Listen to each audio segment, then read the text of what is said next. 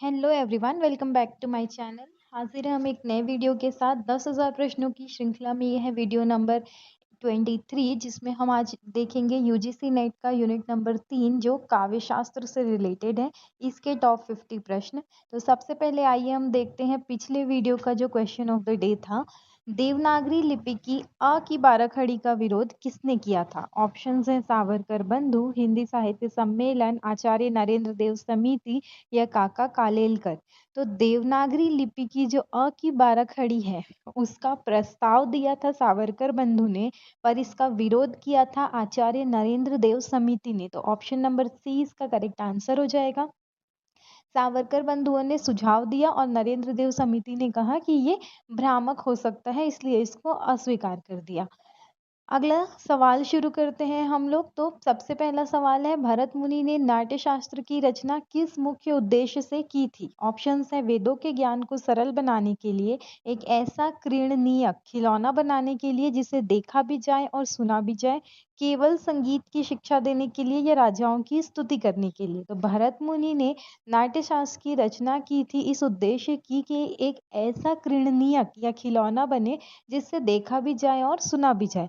उन्होंने नाट्य शास्त्र को पंचम वेद कहा है। उनका उद्देश्य एक ऐसी विधा तैयार करना था जो ऋग्वेद से पाठ्य, सामवेद से ज्ञान, यजुर्वेद से अभिनय और अथर्ववेद से रस लेकर बनी हो। इसे दृश्य और श्रव्य दोनों माध्यमों का संगम माना गया है।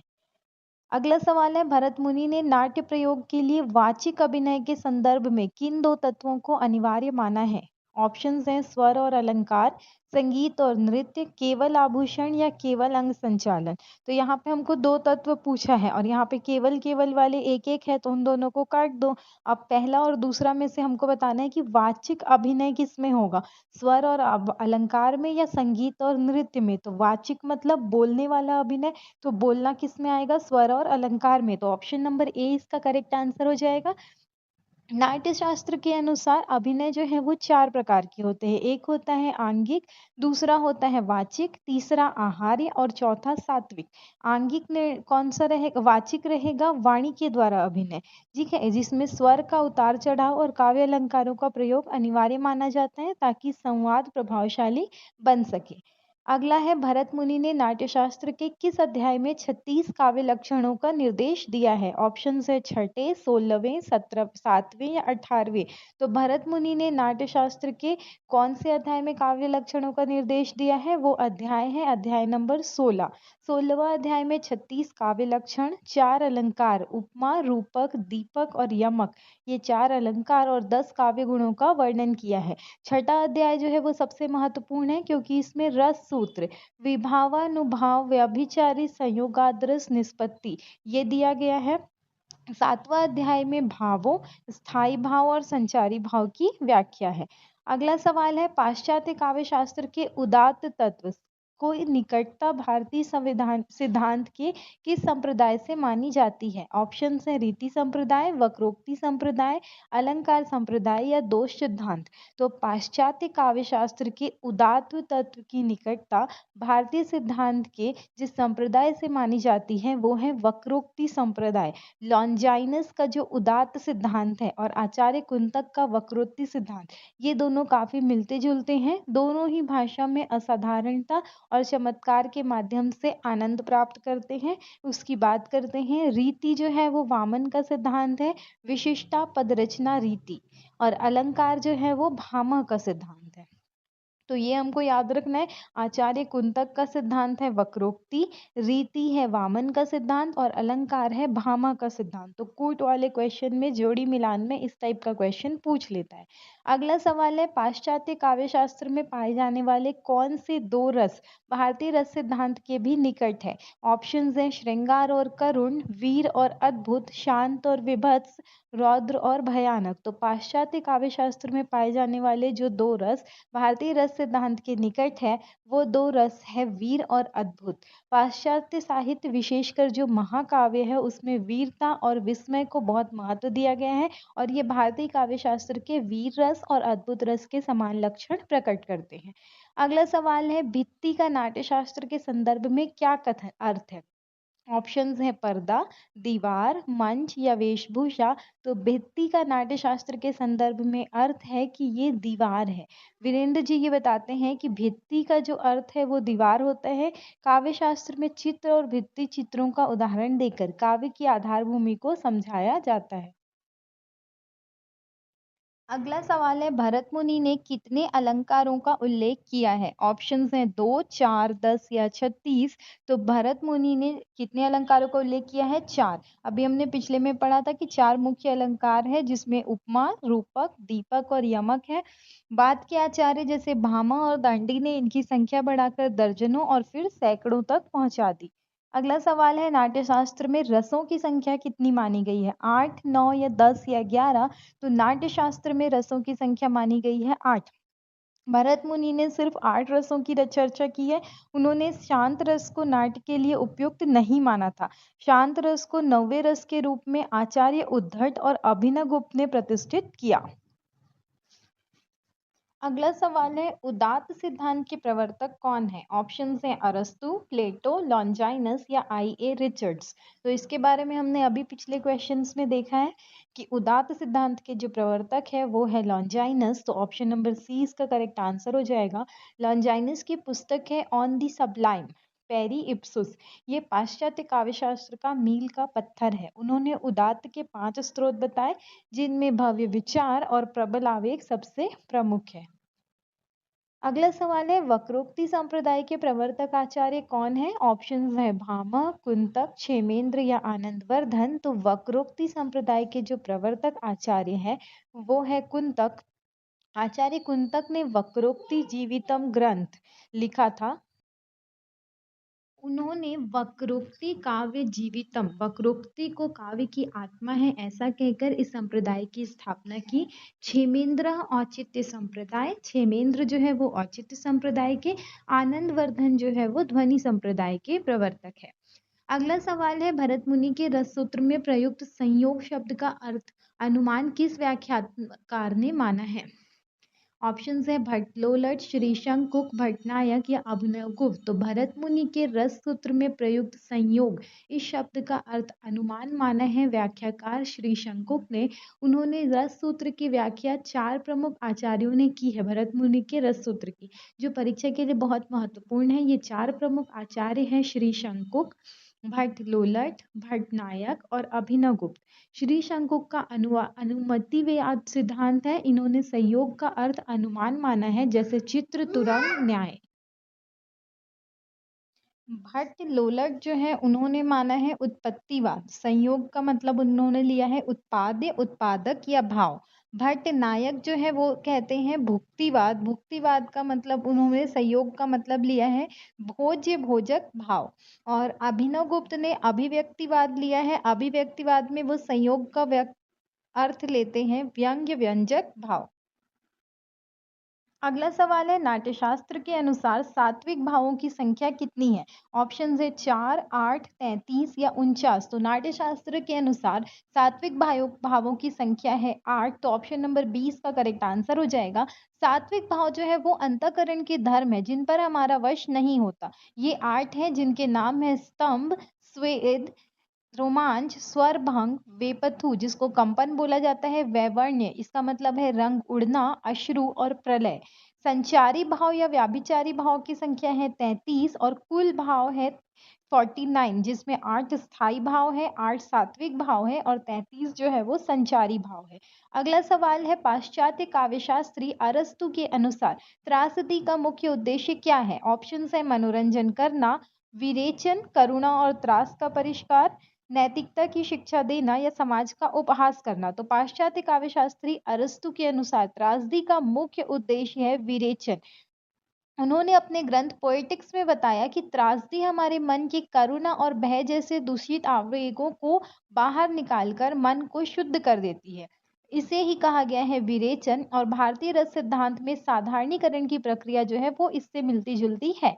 अगला सवाल है, भरत मुनि ने नाट्यशास्त्र में कितने गुणों और कितने दोषों का वर्णन किया है? ऑप्शन है 3 गुण और 3 दोष, 10 गुण और 10 दोष, 24 गुण और 24 दोष या 5 गुण और 5 दोष। तो भरत मुनि ने नाट्यशास्त्र में माना है 10 गुण और 10 दोष। 10 काव्य गुणों में ओज, प्रसाद, माधुर्य, श्लेष ये आते हैं और 10 काव्य दोषों की चर्चा की है। बाद में आचार्य वामन ने इन गुणों की संख्या 20 कर दी, जिसमें 10 शब्दगत और 10 अर्थगत कर दी, और मम्मट ने इनको घटाकर सिर्फ 3 गुण माना, माधुर्य, ओज और प्रसाद।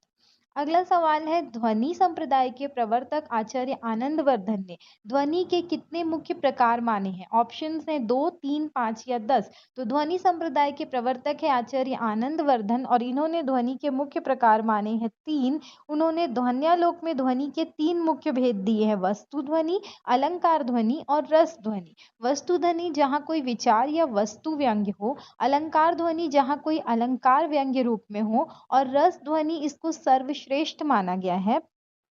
अगला सवाल है, अरस्तु के अनुकरण सिद्धांत की तुलना भारतीय काव्य शास्त्र के किस व्याख्याकार के मत से की जा सकती है? ऑप्शंस हैं भट्टलोलट, श्री शंकुक, भट्टनायक या अभिनवगुप्त। तो अरस्तु के अनुकरण सिद्धांत की तुलना भारतीय काव्य शास्त्र के व्याख्याकार श्री शंकुक से की जा सकती है। अरस्तु का मानना था कि कला सत्य का अनुकरण है। श्री शंकुक ने भी रस की प्रक्रिया में अनुकरण को आधार बनाया। उन्होंने कहा कि नट मूल पात्र जैसे राम का अनुकरण करता है और दर्शक उसको असली मान लेते हैं।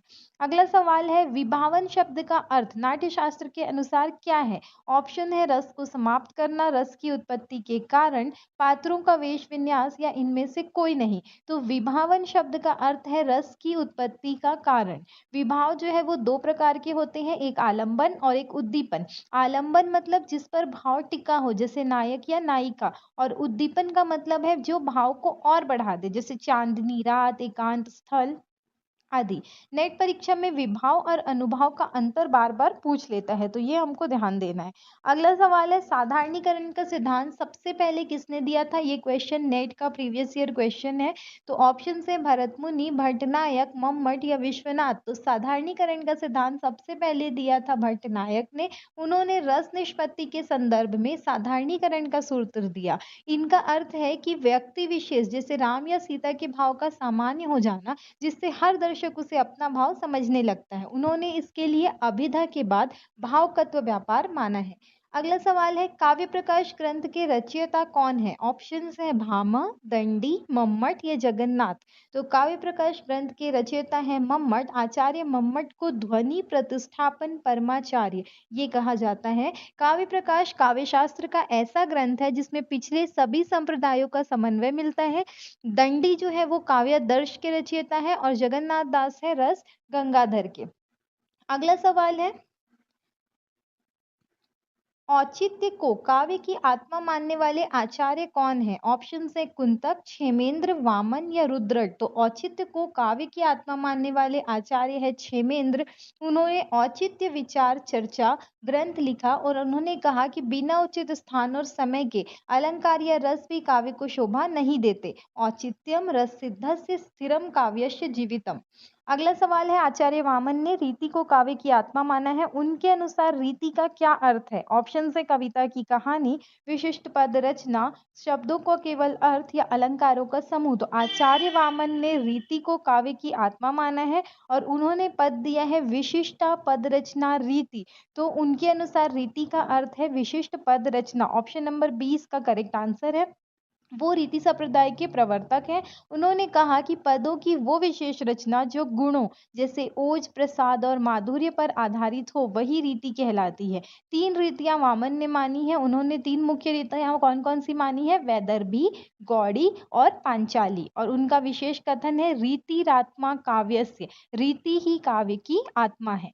अगला सवाल है, ध्वन्यालोक की टीका लोचन किसने लिखी थी? ऑप्शंस हैं आनंदवर्धन, मम्मट, अभिनवगुप्त या विश्वनाथ। तो ध्वन्यालोक की जो टीका है लोचन वो लिखी थी अभिनवगुप्त ने। आनंदवर्धन के मूल ग्रंथ था ध्वन्यालोक। उसको समझने के लिए अभिनवगुप्त ने लोचन नामक अत्यंत प्रसिद्ध टीका लिखी। बिना लोचन के ध्वनि सिद्धांत को समझना कठिन माना जाता है। अभिनव भारती ये जो है वो अभिनवगुप्त द्वारा नाट्यशास्त्र पर लिखी गई प्रसिद्ध टीका है। अगला सवाल है, पाश्चात्य काव्य शास्त्री वर्ड्सवर्थ उन्होंने काव्य भाषा के संबंध में क्या विचार दिया? ऑप्शन है काव्य की भाषा बहुत कठिन और अलंकृत होनी चाहिए, काव्य की भाषा और गद्य की भाषा में कोई तात्विक भेद नहीं है, मतलब ये ग्रामीणों की बोलचाल की भाषा है, केवल छंदबद्ध रचना ही काव्य है या कवियों को अपनी अलग भाषा बनानी चाहिए। तो पाश्चात्य काव्य शास्त्री वर्ड्सवर्थ ने काव्य भाषा के संबंध में विचार दिया था कि काव्य की भाषा और गद्य की भाषा में कोई तात्विक भेद नहीं है। उन्होंने अपनी पुस्तक लिरिकल बैलेड्स में उसकी भूमिका में कहा कि कविता को आम आदमी की भाषा में होना चाहिए। उन्होंने कृत्रिम पोएटिक डिक्शन का कड़ा विरोध किया। अगला सवाल है, रस गंगाधर के रचयिता कौन है जिन्हें पंडित राज की उपाधि प्राप्त थी? ऑप्शंस हैं अप्पय दीक्षित, पंडित राज जगन्नाथ, भानुदत्त या रूप गोस्वामी। तो रस गंगाधर के रचयिता जिनको पंडित राज की उपाधि मिली वो है पंडित राज जगन्नाथ। उन्होंने 17वीं शताब्दी के वो बड़े आचार्य थे और उन्होंने काव्य की परिभाषा दी रमणीयार्थ प्रतिपादका शब्द काव्यम, मतलब रमणीय अर्थ का प्रतिपादन करने वाला शब्द ही काव्य है। इनका अप्पय दीक्षित के साथ शास्त्रार्थ जो है वो विवाद बहुत प्रसिद्ध है। अगला सवाल है, काव्य के ध्वनि सिद्धांत का आधार कौन सा व्याकरण दर्शन है? ऑप्शन है सांख्य दर्शन, स्फोटवाद, मीमांसा दर्शन या वेदांत दर्शन। तो काव्य के ध्वनि सिद्धांत का आधार जो है वो है स्फोटवाद। ध्वनि सिद्धांत का मूल आधार व्याकरणों का स्फोटवाद है। जैसे उच्चारण के अंतिम वर्ण से अर्थ का प्रकाश होता है, वैसे ही काव्य के शब्दों में वाच्यार्थ के पीछे से व्यंग्यार्थ ध्वनि प्रकट होती है। अगला सवाल है, पाश्चात्य विचारक कॉलरिज ने कल्पना के कितने भेद किए हैं? ऑप्शन है 2, 3, 4 या कोई भेद नहीं किया है। तो कॉलरिज ने कल्पना के 2 भेद किए हैं। पहला है प्राथमिक कल्पना जो सभी मनुष्यों में समान रूप से होती है, जैसे वस्तुओं को देखना और समझना, और दूसरा है विशिष्ट या द्वितीय कल्पना जो केवल कलाकारों और कवियों में होती है, जो बिखरी हुई चीजों को जोड़कर नई सृष्टि करता है।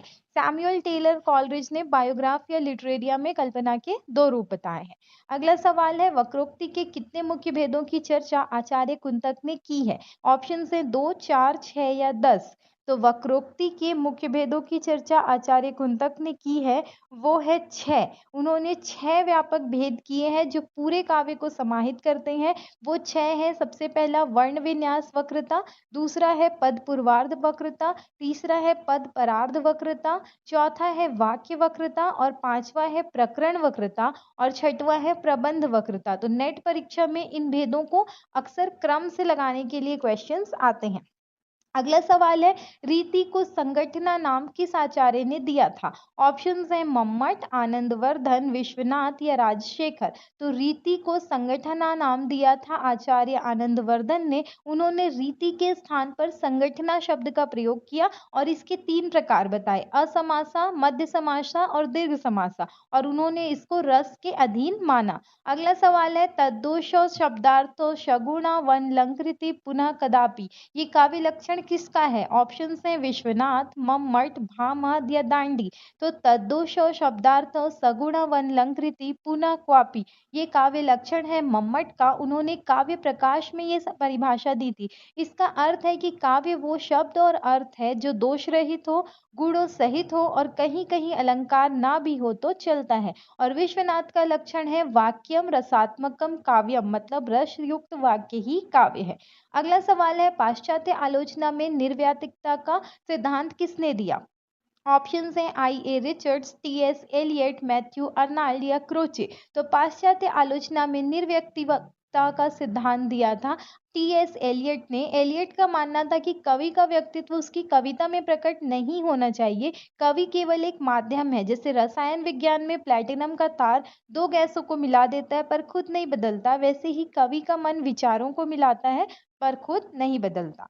अगला सवाल है, आचार्य मम्मट ने काव्य प्रयोजन की संख्या कितनी मानी है? 3, 4, 6 या 8। तो आचार्य मम्मट ने काव्य प्रयोजन की संख्या मानी है 6। उन्होंने काव्य प्रकाश के प्रथम उल्लास में प्रयोजन 6 बताए हैं। 6 प्रयोजन कौन कौन से हैं? सबसे पहला यश से, मतलब यश प्राप्त करना, अर्थकृते मतलब धन प्राप्त करना, व्यवहार विदे मतलब लोक व्यवहार का ज्ञान, शिवे तरक्षत्ये अमंगल का विनाश, सद्य पर निर्वृत्तीय, इसको सकल प्रयोजन मौलीभूत यानी सर्वश्रेष्ठ माना गया है।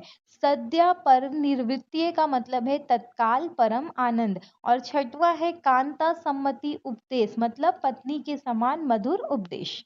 अगला सवाल है पाश्चात्य विचारक बेनेडेत्तो क्रोचे इनके अभिव्यंजनावाद मतलब एक्सप्रेशनिज्म की तुलना किस भारतीय आचार्य के सिद्धांत से की जाती है? तो पाश्चात्य विचारक बेनेडेत्तो क्रोचे के अभिव्यंजनावाद की तुलना की जाती है भारतीय आचार्य कुंतक के सिद्धांत से। अभिव्यंजनावाद को भारतीय वक्रोक्तिवाद का विलायती उत्थान कहा जाता है। तो कोचे का मानना था कि कला जो है वो अंतःप्रज्ञा इंट्यूशन की अभिव्यक्ति है जो कुंतक के वक्रोक्ति मतलब टेढ़ापन या असाधारण कथन के काफी करीब है। अगला सवाल है ध्वनि के मुख्य दो भेदों अविवक्षित वाच्य और विवक्षित अन्यपर वाच्य इसमें से लक्षणा पर आधारित ध्वनि कौन सी है? ऑप्शंस है विवक्षित अन्यपर वाच्य, अविवक्षित वाच्य ध्वनि, रस ध्वनि या वस्तु ध्वनि। तो ध्वनि के दो मुख्य भेद है अविवक्षित वाच्य और विवक्षित अन्यपर वाच्य। इसमें से लक्षणा पर आधारित ध्वनि है अविवक्षित वाच्य ध्वनि। आनंदवर्धन ने ध्वनि के दो मुख्य आधार माने हैं अविवक्षित वाच्य ये लक्षणा पर आधारित है जहां मुख्य अर्थ बाधित हो जाए और इसके दो भेद है अर्थांतर संक्रमित और अत्यंत तिरस्कृत और विवक्षित अन्य पर वाच्य ये अभिधा पर आधारित है। अगला सवाल है आई.ए. रिचर्ड्स ने भाषा के कितने रूप माने हैं? ऑप्शंस है 2, 3, 4 या कोई नहीं। तो आई.ए. रिचर्ड्स ने भाषा के दो रूप माने हैं तथ्यात्मक और संवेगात्मक। उन्होंने अपनी पुस्तक the principles of literary criticism में बताया कि तथ्यात्मक मतलब साइंटिफिक या रेफरेंशियल जिसका प्रयोग विज्ञान में होता है जिसमें रेफरेंस होता है और सत्य असत्य की जांच संभव है और दूसरा जो है वो है संवेगात्मक मतलब जिसका प्रयोग कविता में होता है जो हमारे इमोशंस को संवेगों को प्रभावित करती है। ये है भाषा के दो रूप। अगला सवाल है काव्य अलंकार नामक ग्रंथ के रचयिता कौन है जो अलंकार संप्रदाय के प्रवर्तक है? ऑप्शंस है दंडी, भामा, रुद्रट या उद्दट। तो काव्य अलंकार नामक ग्रंथ के रचयिता जो अलंकार संप्रदाय के प्रवर्तक है वो है आचार्य भामा। उन्होंने 6वीं शताब्दी में अलंकार संप्रदाय के प्रवर्तक हैं। उन्होंने कहा कि न कांतमपि निर्भूषम विभाति वनिता मुखम जैसे स्त्री का मुख बिना आभूषण के सुंदर नहीं लगता वैसे ही कविता बिना अलंकार के शोभा नहीं देती। और दंडी का ग्रंथ जो है वो है काव्यादर्श। अगला सवाल है टी.एस. एलियट के वस्तुनिष्ठ समीकरण का अर्थ क्या है? ऑप्शंस है कविता में वस्तुओं का वर्णन, कवि के निजी भाव को व्यक्त करने के लिए बाहरी वस्तुओं का एक ढांचा, केवल दर्शन की बातें या छंदों का प्रयोग। तो टी.एस. एलियट के वस्तुनिष्ठ समीकरण का अर्थ है कवि के निजी भाव को व्यक्त करने के लिए बाहरी वस्तुओं या घटनाओं का एक ढांचा तैयार करना। एलियट का मानना था कि कवि अपने भाव सीधे नहीं कह सकता, उसे ऐसी घटनाओं या दृश्यों का समूह खोजना पड़ता है जिनको पढ़कर पाठक के मन में वही भाव जागे। इसे ही वस्तुनिष्ठ समीकरण कहा गया। अगला सवाल है वक्रोक्ति को सभी अलंकारों का मूल किसने माना है? ऑप्शंस है कुंतक, भामा, दंडी या वामन। तो वक्रोक्ति को सभी अलंकारों का मूल माना है भामा ने। उन्होंने कहा था कि वक्रोक्ति के बिना कोई अलंकार संभव नहीं है। सैषा सर्वत्र वक्रोक्तिरन्यार्थो विभाव्यते। भ्रम से बचे। कुंतक ने वक्रोक्ति को काव्य की आत्मा माना था और अलंकारों का मूल कहने वाले थे आचार्य भामह। अगला सवाल है औचित्य संप्रदाय के अनुसार औचित्य के कितने भेद आचार्य क्षेमेंद्र ने बताए हैं? ऑप्शंस हैं 10, 27, 36 या 50। तो औचित्य संप्रदाय के अनुसार औचित्य के जितने भेद आचार्य क्षेमेंद्र ने बताए हैं वो है 27। उन्होंने औचित्य विचार चर्चा में काव्य के अंगों जैसे पद, वाक्य, प्रबंध, गुण, अलंकार इसके आधार पर 27 भेदों का सूक्ष्म वर्णन किया है। उनका मानना था कि अनौचित्य से बढ़कर इस रस भंग का कोई दूसरा कारण नहीं है। अगला सवाल है मैथ्यू अर्नाल्ड के अनुसार आलोचना का मुख्य कार्य क्या है? ऑप्शन से केवल दोष निकालना, दुनिया में जो कुछ भी सर्वश्रेष्ठ जाना और सोचा गया है उसको निष्पक्ष रूप से जानना और प्रचारित करना, कवियों की जीवनी लिखना या व्याकरण की शुद्धि करना। तो मैथ्यू अर्नाल्ड के अनुसार आलोचना का मुख्य कार्य है दुनिया में जो कुछ भी सर्वश्रेष्ठ जाना और सोचा गया है उसको निष्पक्ष रूप से जानना और प्रचारित करना। अर्नाल्ड ने आलोचना को एक नैतिक और सामाजिक जिम्मेदारी माना और उन्होंने टच स्टोन मेथड दिया जिसमें महान व्यक्तियों की पंक्तियों को कसौटी मानकर अन्य कविताओं की तुलना की जाती है। अगला सवाल है साधारणीकरण की प्रक्रिया में कवि की अनुभूति का साधारणीकरण किसने माना है? ऑप्शन है रामचंद्र शुक्ल, डॉक्टर नगेंद्र, श्याम सुंदर दास या केशव प्रसाद मिश्र। तो साधारणीकरण की प्रक्रिया में में कवि की अनुभूति का साधारणीकरण माना है डॉक्टर नगेंद्र ने, उन पर अलग अलग विद्वानों के मत बहुत पूछे जाते हैं साधारणीकरण पर नेट में। जैसे भट्ट नायक ने माना है विभाव आदि का साधारणीकरण, रामचंद्र शुक्ल जो है वो आलंबनत्व धर्म का साधारणीकरण करते हैं, और डॉक्टर नगेंद्र कवि की अनुभूति का साधारणीकरण करते हैं। श्याम सुंदर दास मधुमती भूमिका की स्थिति देखते हैं। एक बार फिर से देखते हैं कि साधारणीकरण की प्रक्रिया में कवि की अनुभूति का साधारणीकरण ये माना है डॉक्टर नगेंद्र ने। भट्ट नायक मानते हैं विभाव का साधारणीकरण, रामचंद्र शुक्ल करते हैं आलंबनत्व धर्म का साधारणीकरण, डॉक्टर नगेंद्र जो है वो कवि की अनुभूति का साधारणीकरण भी करते हैं, और श्याम सुंदर दास मधुमती भूमिका की स्थिति देखते हैं। अगला सवाल है आई ए रिचर्ड्स के मूल्य सिद्धांत का आधार क्या है? ऑप्शन है नैतिकता और धर्म, अंतः प्रवृत्तियों का समन्वय, शब्दों का शब्दकोश अर्थ, या कवि की जीवनी। तो आई ए रिचर्ड्स के मूल्य सिद्धांत का आधार है अंतः प्रवृत्तियों का समन्वय। रिचर्ड्स एक मनोवैज्ञानिक आलोचक थे। उनके अनुसार सर्वश्रेष्ठ कविता वो है जो पाठक की परस्पर विरोधी अंतः प्रवृत्तियों के बीच संतुलन और समन्वय पैदा करे। जिस काव्य से मानसिक विश्रांति और संतुलन प्राप्त हो उसका मूल्य अधिक होता है। प्रमुख पुस्तक उनकी है प्रिंसिपल ऑफ लिटरेरी क्रिटिसिज्म। अगला सवाल है ध्वनि को काव्य की आत्मा मानने के विरोध किस आचार्य ने अपने ग्रंथ व्यक्ति विवेक में किया है? तो ऑप्शंस है मम्मट, महीभट्ट, कुंतक या विश्वनाथ। तो ध्वनि को काव्य की आत्मा मानने का विरोध जिस आचार्य ने अपने ग्रंथ व्यक्ति विवेक में किया है वो है महीभट्ट। आचार्य महीभट्ट ध्वनि विरोधी आचार्यों में सबसे प्रमुख है। उन्होंने व्यक्ति विवेक में तर्क दिया कि जिसे आनंदवर्धन ध्वनि कहते हैं वो वास्तव में अनुमान के अंतर्गत आता है और उनके अनुसार ध्वनि का एक स्वतंत्र अस्तित्व नहीं है। अगला सवाल है टी.एस. एलियट के अनुसार परंपरा का क्या अर्थ है? ऑप्शन से पुरानी लकीर का फकीर होना, अतीत के प्रति ऐतिहासिक बोध रखना, केवल अपने देश के साहित्य को पढ़ना, या आधुनिकता का विरोध करना। तो टी.एस. एलियट के अनुसार परंपरा का अर्थ है अतीत के प्रति ऐतिहासिक बोध रखना। एलियट के अनुसार परंपरा सिर्फ पूर्वजों का अंधानुकरण नहीं है, सच्चा रचनाकार वो है जिसको पता हो कि पिछला साहित्य आज के साहित्य से कैसे जुड़ा है। उन्होंने ऐतिहासिक बोध कहा है। इसे प्रसिद्ध लेख है इनका ट्रेडिशन एंड इंडिविजुअल टैलेंट। अगला सवाल है वक्रोक्ति के भेद प्रकरण वक्रता का संबंध किससे है? ऑप्शन है वर्णों की आवृत्ति से, पूरी कथा या प्रबंध के किसी एक विशेष हिस्से से, केवल शब्दों के अर्थ से, या वाक्य की बनावट से। तो वक्रोक्ति के भेद प्रकरण वक्रता का संबंध है पूरी कथा या प्रबंध के किसी एक विशेष प्रसंग या हिस्से से। कुंतक के 6 भेदों में प्रकरण जो है वो तब होती है जब कवि किसी प्रसिद्ध कथा के एक हिस्से में अपनी कल्पना से नयापन लाता है। प्रबंध वक्रता जब पूरी की पूरी मूल कथा जैसे रामायण को ही नए दृष्टिकोण से बदल दिया जाए। अगला सवाल है काव्यालंकार सार संग्रह के रचयिता कौन है जिन्होंने अलंकारों का सूक्ष्म वर्गीकरण किया? ऑप्शन है भामा, उद्धट, वामन या रुद्रट। तो काव्यालंकार सार संग्रह के रचयिता जिन्होंने अलंकारों का सूक्ष्म वर्गीकरण किया वो है उद्धट। आचार्य उद्धट ने भामा के अलंकारों की व्याख्या की और रसों को भी अलंकारों के रूप में स्वीकार किया। रुद्रट ने अलंकारों को वैज्ञानिक आधार पर वास्तव, औपम्य, अतिशय और श्लेष नामक 4 श्रेणियों में बांटा।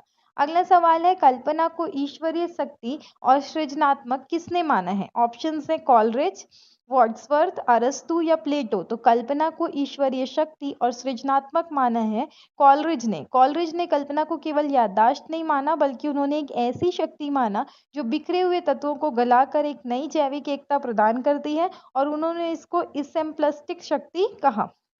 अगला सवाल है मधुमती भूमिका का संबंध साधारणीकरण की किस अवस्था से है जिसको श्याम सुंदर दास ने महत्व दिया? ऑप्शन है शोक की अवस्था, वितर्क की अवस्था, व उच्च अवस्था जहाँ चित्त एकाग्र और निर्मल हो जाता है, या क्रोध की अवस्था। तो मधुमती भूमिका का संबंध साधारणीकरण की जिस अवस्था से है जिसको श्याम सुंदर दास ने महत्व दिया वो है उच्च अवस्था जहाँ चित्त एकाग्र और निर्मल हो जाता है। योग शास्त्र के लिए इस शब्द का प्रयोग बाबू श्याम सुंदर दास ने साधारणीकरण की व्याख्या में किया। उनके अनुसार जब पाठक इस भूमिका में पहुंचता है तब उसको खुद और पराये का भेद भूल जाता है और खुद आनंद वो शुद्ध आनंद प्राप्त करता है। अगला सवाल है, अरस्तु के त्रासदी के तत्वों में सबसे महत्वपूर्ण तत्व किसे माना गया है? ऑप्शंस हैं चरित्र, कथानक, पद योजना या दृश्य विधान। तो अरस्तु के त्रासदी के तत्वों में सबसे महत्वपूर्ण तत्व माना गया है कथानक को। उन्होंने त्रासदी के 6 तत्व माने हैं, जिनमें कथानक को त्रासदी की आत्मा माना है। उनका कहना था कि बिना चरित्र के त्रासदी संभव है, पर बिना कार्य व्यापार मतलब प्लॉट के नहीं। अगला सवाल है, गुण और अलंकार में मुख्य अंतर क्या है? ऑप्शंस हैं गुण स्थायी होते हैं और रस के धर्म है, जबकि अलंकार बाहरी आभूषण है। गुण और अलंकार एक ही चीज है, गुण केवल शब्दों में होते हैं, अलंकार रस की आत्मा है। तो इसमें मुख्य अंतर है कि गुण स्थायी होते हैं और रस के धर्म है, जबकि अलंकार जो है वो बाहरी आभूषण है। आचार्य आनंदवर्धन और मम्मट ने स्पष्ट किया कि गुण रस के वैसे ही अनिवार्य धर्म है जैसे आग में गर्मी, मतलब जब आग होती है तो गर्मी होती है, तो वही गुण जो है वो रस का अनिवार्य धर्म है। जबकि अलंकार वैसे है जैसे शरीर पर कंगन या हार हो, जो सुंदरता तो बढ़ाते हैं पर जरूरी नहीं होते। अगला सवाल है, मैथ्यू अर्नाल्ड ने काव्य को क्या कहा है? ऑप्शन है शब्दों का खेल, जीवन की आलोचना, केवल मनोरंजन का साधन या ईश्वरीय वाणी। तो मैथ्यू अर्नाल्ड ने काव्य को कहा है जीवन की आलोचना। अर्नाल्ड के अनुसार कविता का मुख्य कार्य जीवन की समस्याओं और स्थितियों का मूल्यांकन करना है। उन्होंने कहा कि कविता अंततः जीवन की आलोचना है। उनके लिए कविता धर्म का स्थान ले सकती है। तो ये थे हमारे आज के 50 क्वेश्चन जो काव्य शास्त्र से रिलेटेड थे। आई होप ये वीडियो आपके लिए हेल्पफुल हो। आगे हम एक नए वीडियोस के साथ कल फिर हाजिर होंगे। अब देखते हैं हम आज का क्वेश्चन ऑफ द डे। तो क्वेश्चन ऑफ द डे है, ध्वनि के किस भेद को सर्वश्रेष्ठ माना गया है क्योंकि इसमें अर्थ का पूर्ण रस में रूपांतरण हो जाता है? ऑप्शंस हैं वस्तु ध्वनि, अलंकार ध्वनि, रस ध्वनि या शब्द चित्र। तो इसका आंसर आपको देना है कमेंट सेक्शन में। Thank you everyone, have a nice day.